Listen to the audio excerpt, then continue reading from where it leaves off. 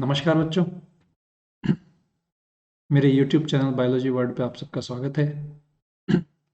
और आज हम इस शॉर्ट वीडियो में पढ़ने जा रहे हैं किंगडम प्रोटिस्टा के बचे हुए सदस्य, जिनमें सबसे पहले आता है यूग्लिनॉइड्स।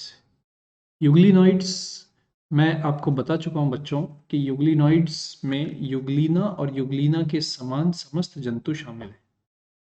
यहाँ आपके सामने जो स्लाइड है इसमें आपको जो चित्र नज़र आ रहा है ये एक जीव यूग्लिना का है। इसका नाम है यूग्लिना।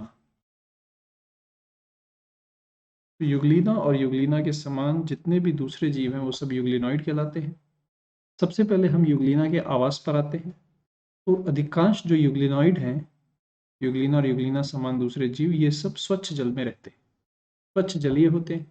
और उसमें भी जो स्वच्छ जल है वो स्थिर प्रकार का जल होता है। स्वच्छ जल दो प्रकार का होता है, एक बहता हुआ जल होता है और एक स्थिर जल होता है। जो आपके नदी, झरने, इनमें जो जल होता है ये आपका बहता हुआ जल होता है, और झीलों और तालाबों में जो जल होता है ये स्थिर जल होता है। तो बच्चों, ये यूग्लिना कोशिका जो आप देख रहे हो, इसमें आप क्या पाते हैं? इसके अंदर आप पाते हो कि कोशिका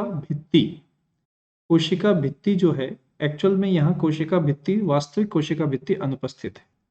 और आप क्या कहते हो? यहाँ पर आपको कहना चाहिए कोशिका भित्ति के स्थान पर, इसको आपको इस तरह से कहना चाहिए, कोशिका भित्ति के स्थान पर प्रोटीन प्रचुर पेलिकल पाई जाती है। तो मैं इसे थोड़ा सा करेक्ट कर देता हूँ सेंटेंस को। आप देखिए, ध्यान देंगे यहाँ सभी लोग। यहाँ अपने को लिखना चाहिए कोशिका भित्ति के स्थान पर। वैसे कुछ लोग ये भी कह देते हैं कि इसकी कोशिका भित्ति को ही पेलिकल कहते हैं, पर वास्तव में कोशिका भित्ति यूग्लिनॉइड में अनुपस्थित होती है। कोशिका भित्ति के स्थान पर यहाँ क्या पाया जाता है? यहाँ पर आपको मिलेगी कोशिका भित्ति के स्थान पर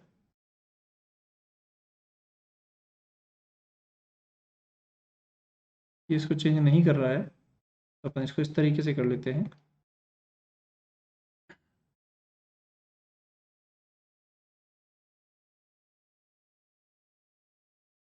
कोशिका भित्ति के स्थान पर प्रोटीन प्रचुर पेलिकल होती है या पाई जाती है। ठीक है, समझ गए आप?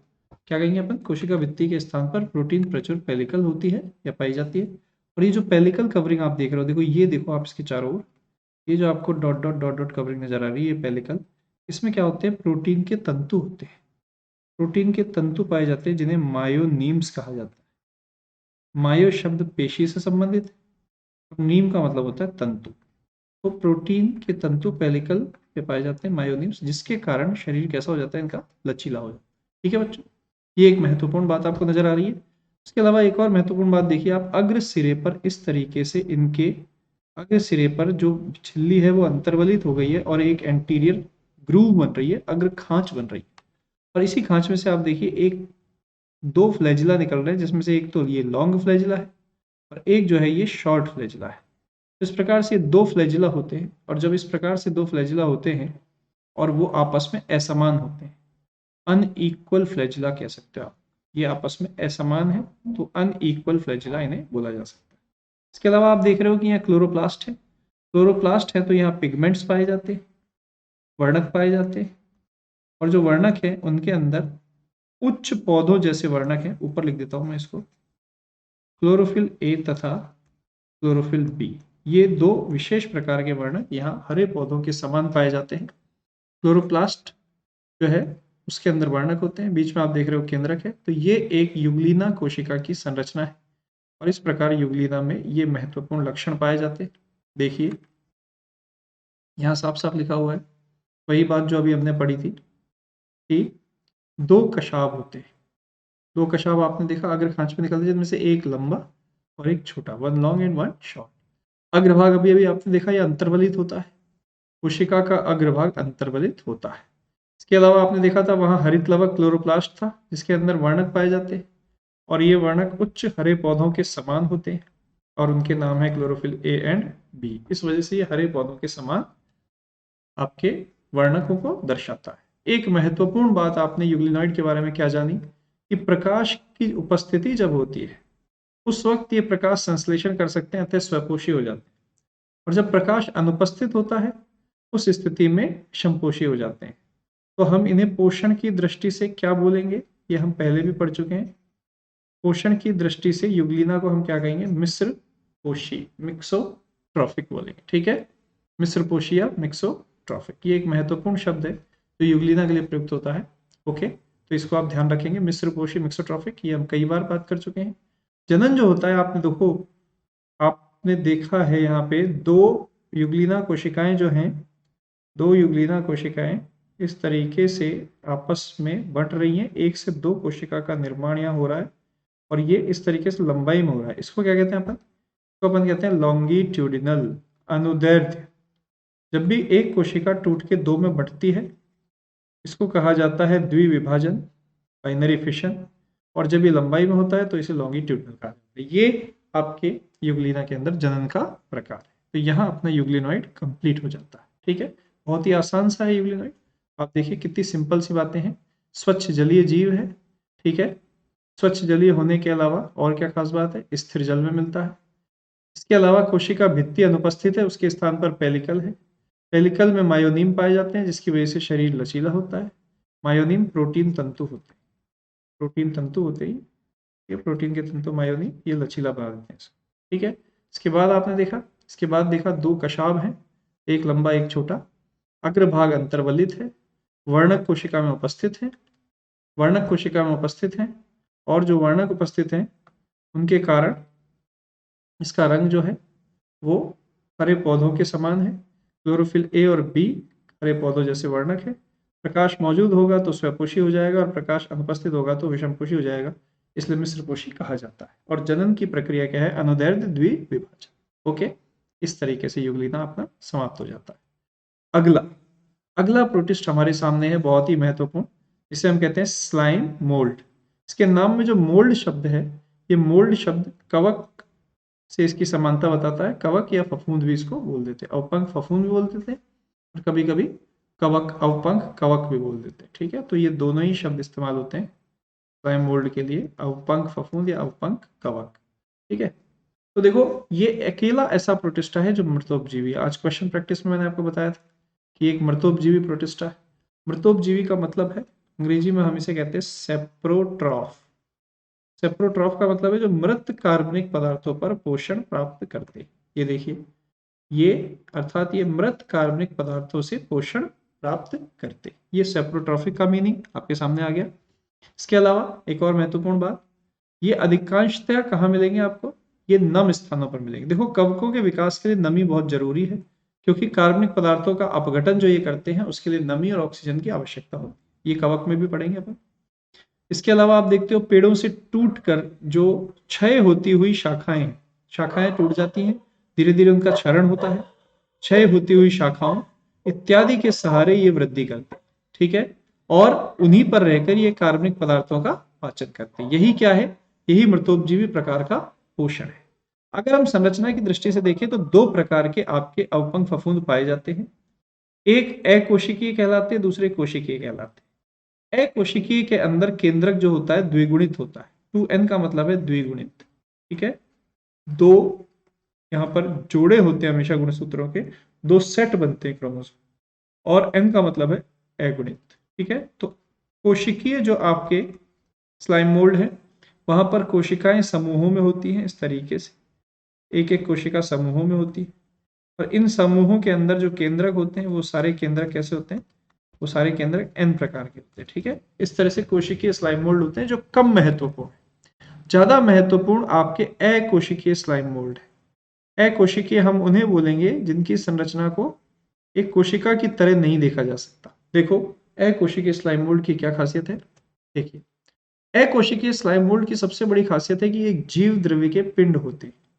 जो जीव द्रव्य होता है, बहुत सारा जीव द्रव्य इनके अंदर होता है, और उसके अंदर बहुत सारे केंद्रक होते हैं, बहुत सारे केंद्रक, इसलिए हम उसे कैसा पिंड बोलते हैं, बहुकेंद्रकीय जीव द्रव्य का पिंड बोलते हैं। बहुत सारे, अभी अपन इसकी एक चित्र देखेंगे उसमें समझ में आएगा। शरीर जो होता है बहुकेंद्रकीय जीव द्रव्य का पिंड होता है, और इनके चारों ओर एक कॉमन सेल मेम्ब्रेन होती है। ठीक है, एक प्लाज्मा या सेल मेम्ब्रेन, एक कॉमन सेल मेम्ब्रेन होती है जीव द्रव्य के पिंड के चारों। ठीक है, और इसी वजह से इसे एक शब्द नाम दिया जाता है प्लाज्मोडियम। देखो ये प्लाज्मोडियम जो है ये प्रोटोजोआ वाला प्लाज्मोडियम नहीं है, ये एक सामान्य शब्द है प्लाज्मोडियम, जो कि हर उस शरीर के लिए इस्तेमाल होता है जिसमें एक समान कोशिका द्रव में बहुत सारे केंद्रक होते हैं। तो ये प्लाज्मोडियम यहाँ पर है, प्लाज्मोडियम पाया जाता है। आई थिंक इस पे इरेजर काम नहीं करेगा, पे कर गया। चलिए जो हमने अभी ऊपर इसमें अलग से जो ओवर राइटिंग की थी उस पर कर गया, कोई दिक्कत नहीं है क्योंकि बाकी वो सेव है स्लाइड। ठीक है चलिए, तो इसे अपन ने क्या कहा, प्लाज्मोडियम कहा है। ठीक है, अब एक बात पे ध्यान दीजिए, अनुकूल परिस्थितियों में क्या होता है, ये जो प्लाज्मोडियम अनुकूल परिस्थितियों में बनता है कैसे, कि एक ही कॉमन साइटोप्लाज्म में बहुत सारे केंद्रक यहाँ पे केंद्रकों के विभाजन से बनते जाते हैं। विभाजन इस तरह से होता है कि केवल केंद्रकों की मात्रा बढ़ती जाती है और इस तरह से एक बड़ा प्लाज्मोडियम बन जाता है। बाद में जब प्रतिकूल परिस्थितियां आती है तो इससे एक संरचना बनती है जिसे फलन काय कहते हैं। फलन काय में क्या होता है, शीर्ष पर एक बीजाणुधानी होती है और इसमें बीजाणुओं का निर्माण होता है। तो इस तरीके से एक फलन काय या फ्रूटिंग बॉडी बनती है। फ्रूटिंग बॉडी हम उस संरचना को बोलते हैं जो आधार से उत्पन्न होकर इस प्रकार विकसित होती है कि ऊपर इसमें शीर्ष पर बीजाणुओं का निर्माण होता है। तो प्रतिकूल परिस्थितियों में तो इसमें से फलन काय बनेगा और फलन काय के शीर्ष पर हमेशा क्या बनेंगे, बीजाणु बनेंगे। बीजाणु के लिए हमेशा याद रखो कि बीजाणु कोशिका भित्ति युक्त होते हैं। वेरी वेरी इंपॉर्टेंट, क्योंकि आपको याद है हमने स्लाइम मोल्ड के लिए क्या कहा था, हमने स्लाइम मोल्ड के लिए पहले बोला था कि कायिक अवस्था में कोशिका भित्ति इनमें अनुपस्थित होती है। कायिक अवस्था में याद करो, बिठाकर के 5 जगत वर्गीकरण के दौरान मैंने कहा था कि स्लाइम मोल्ड में कायिक अवस्था में कोशिका भित्ति अनुपस्थित होती है। तो जब जनन होता है इनके अंदर, ये देखो बीजाणु का निर्माण एक प्रकार का जनन है, तो बीजाणु यहाँ पर कोशिका भित्ति युक्त होते हैं, बाकी संरचना में कोशिका भित्ति नहीं होती। अब जो बीजाणु बने हैं इनसे बाद में लैंगिक जनन में भाग लेने वाली संरचनाएं बनती है, जैसे युग्मक, युग्मक जैसी संरचनाएं बनती हैं और ये युग्मक बाद में संलयित होकर युग्मनज बनाते हैं। 2n यहाँ पे युग्मनज बनता है और फिर इसी युग्मनज से आगे चल के किसका विकास होता है, यहाँ लगातार डिवीजन होंगे और क्या बन जाएगा, प्लाज्मोडियम जाएगा। इस तरीके से यहाँ इसका जीवन चक्र होता है। अभी अपन चित्र से समझ लेंगे इसको। युग्मनज से बाद में विभाजन द्वारा प्लाज्मोडियम का निर्माण होता है। ये देखो ये रहा प्लाज्मोडियम, आप देख रहे हो उसमें, इस प्लाज्मोडियम के अंदर आप देख रहे हो, इस प्लाज्मोडियम के अंदर आप देख रहे हो कि यहाँ पर आप पाओगे तो इस तरह से एक कॉमन सेल मेम्ब्रेन है, ये केवल एक कोशिका झिल्ली है। कोशिका भित्ति नाम की यहाँ कोई चीज नहीं है, ये केवल क्या है, ये केवल सेल मेम्ब्रेन है। CM से लिख रहा हूं मैं, सेल मेम्ब्रेन। ठीक है, और इसके अंदर आप क्या देख रहे हो, ये बहुत सारे केंद्रक हैं। प्रत्येक केंद्रक कैसा है, द्विगुणित है, 2n प्रकार का है। 2n प्रकार के केंद्रक यहाँ पर हैं और ये साइटोप्लाज्म है। तो कॉमन साइटोप्लाज्म, कॉमन साइटोप्लाज्म के अंदर बहुत सारे केंद्रक और वो एक कॉमन सेल मेम्ब्रेन से घिरे हुए हैं, ये कहलाता है प्लाज्मोडियम। अब जब प्रतिकूल परिस्थिति आती है, प्रतिकूल परिस्थिति आती है तब इसमें से ऐसी फलनकाय बनती है।